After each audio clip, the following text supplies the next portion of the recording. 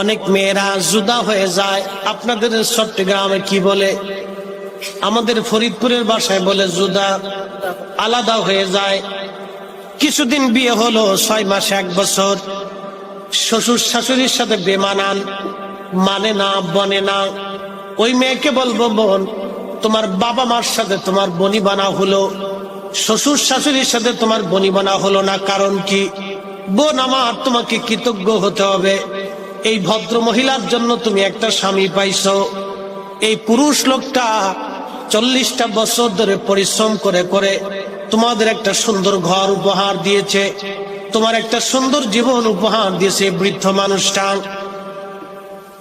60 বছর ধরে এই বৃদ্ধ লোকটা পরিশ্রম করে করে তোমার একটা সুন্দর সংসার দিল, তোমার একটা জীবন দিল, তোমার একটা সুন্দর বাড়ি দিল, তোমাকে একটা স্বামী উপহার দিয়েছে। এই বৃদ্ধ লোকটা ঘরের মধ্যে যে বৃদ্ধা মা আছে, এই বৃদ্ধা মা নারীটা ঘরের মধ্য থেকে তোমাকে পরিশ্রম করে করে তোমার জন্য বাড়ি সাজাইলো, তোমার জন্য ঘর সাজাইলো।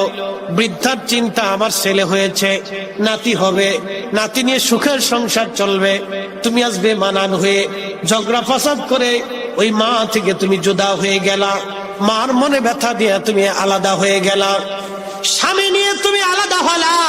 বোন আমার, যদি স্বামী তোমার আলাদা হতে চায়, তুমি স্বামীর সাথে ঝগড়া করতে পারো, না না আমার শ্বশুর শাশুড়ি থেকে আমি জুদা হব না, অথবা জুদা যদি হতেই হয় আমার শ্বশুর শাশুড়ি আমার ঘরেই থাকবে, আমার ঘরেই খাবে, আমি তাদের সেবা শুশ্রূষা করব।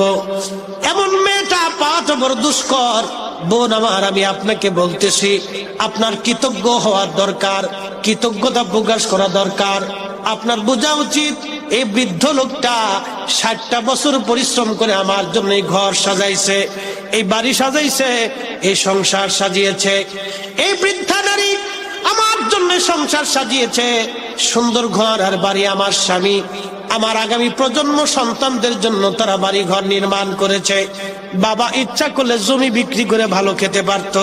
জিজ্ঞেস করেন বৃদ্ধ বাবাকে, বৃদ্ধ বাবা তুমি জমি বিক্রি করো না, নিজে ভালো মন্দ খাও না, কারণটা কি? বৃদ্ধ বাবা বলবে, আমার খোকা আব্দুল করিম আছে, ওর একটা ভবিষ্যৎ আছে, আমি যদি বেঁচে কেনে খেয়ে চলে যাই, আমার আব্দুল করিমের জীবন কষ্টের মধ্যে পড়ে যাবে।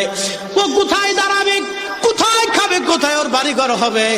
একটা বাবা সন্তানের চিন্তায় জমি জমা বেচে না, সন্তানের চিন্তায় সে মন্দ খাইয়া যায়, ভালো মন্দ সে খায় না। ইচ্ছা করলে ভালো মন্দ কিনে খেতে পারত, কিন্তু আব্দুল করিমের চিন্তায় 60 বছর এইভাবে পার করে দিল। আব্দুল করিম রে, আজকে তুই বড় হইলি, বিবি আনলি, সংসার হলো, রুজি হইলো, কিন্তু তোর ঘরে বাবার জায়গা হলো না, তোর ঘরে মায়ের জায়গা হলো না। আরে পৃথিবীতে কুত্তাও তোর চাইতে বালা, তুই কুকুরের চাইতেও নিকৃষ্ট। কুকুরের